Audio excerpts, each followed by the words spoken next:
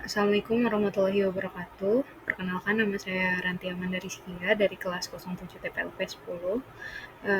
Kali ini saya akan menjelaskan tentang Undang-Undang ITE, di mana menjelaskan pasal 30 ayat 2, di mana akses tanpa hak untuk memperoleh informasi elektronik atau dokumen elektronik milik orang lain. Selain itu juga saya akan membahas tentang contoh kasus pelanggaran pasal 30 ayat 2.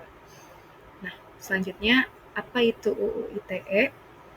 UU ITE itu Undang-Undang Informasi dan Transaksi Elektronik, yaitu aturan hukum Indonesia yang mengatur penggunaan teknologi informasi, internet, data digital, dan transaksi elektronik. Tujuannya adalah untuk memberikan kepastian hukum, keamanan, dan perlindungan bagi masyarakat dalam aktivitas digital, sekaligus mencegah kejahatan cyber atau cybercrime. Nah, selain itu, apa saja asas dari UU ITE? Yang pertama ada kepastian hukum, di mana penggunaan teknologi transaksi elektronik harus punya dasar hukum yang jelas. Yang kedua ada manfaat, teknologi informasi harus digunakan untuk memberikan manfaat bagi masyarakat.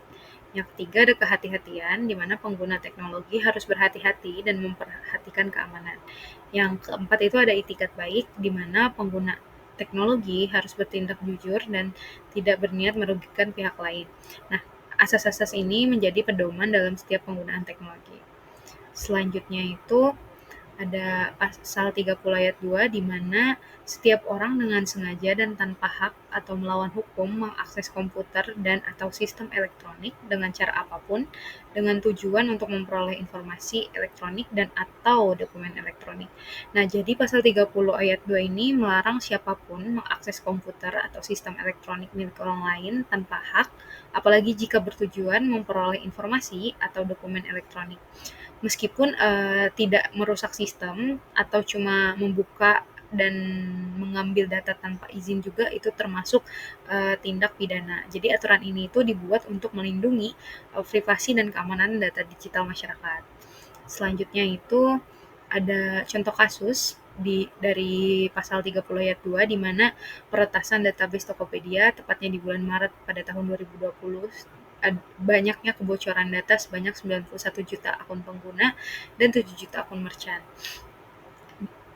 diretas dan dijual di dark web. Kemudian si peretas ini mendapatkan akses ke database internal dan mengambil data seperti nama lengkap, email, nomor telepon, dan tanggal lahir.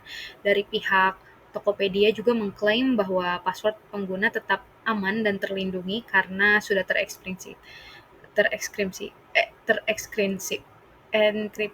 Kasus ini juga menjadi salah satu pelanggaran keamanan terbesar di Indonesia.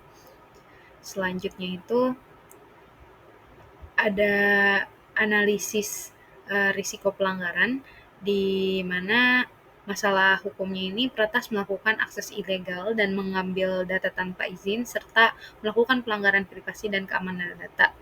Selanjutnya, ya, pihak yang dirugikan itu ada jutaan pengguna dan juga merchant, kemudian ada Tokopedia juga sebagai perusahaan dan pemerintah, karena gagal menanggulangi kejahatan cyber.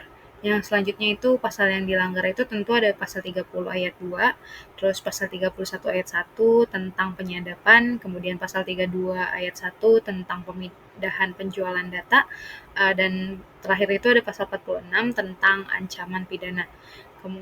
Kemudian ada konsekuensi hukum, pelaku dapat dipidana hingga 7 tahun dan didenda hingga 700 juta. Kemudian pencegahan untuk yang bisa diambil agar tidak terulang kembali, khususnya untuk pengguna itu menggunakan password yang kuat dan berbeda di setiap akun, kemudian mengaktifkan verifikasi 2 langkah, dan jangan klik link mencurigakan karena bahaya phishing. Kemudian untuk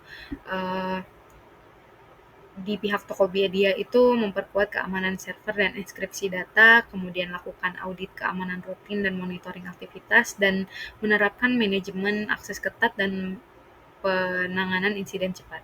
Jadi kasus ini tuh pentingnya menunjukkan keamanan sistem dan etika digital. Penerapan UU ITE juga menegaskan pentingnya itikat baik, kehati-hatian, dan kepastian hukum dalam setiap aktivitas digital.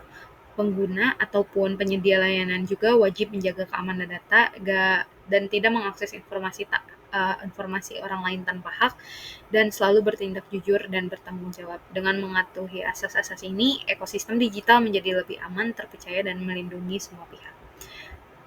Terima kasih, kurang lebih dan salah yang mohon maaf. Wassalamualaikum warahmatullahi wabarakatuh.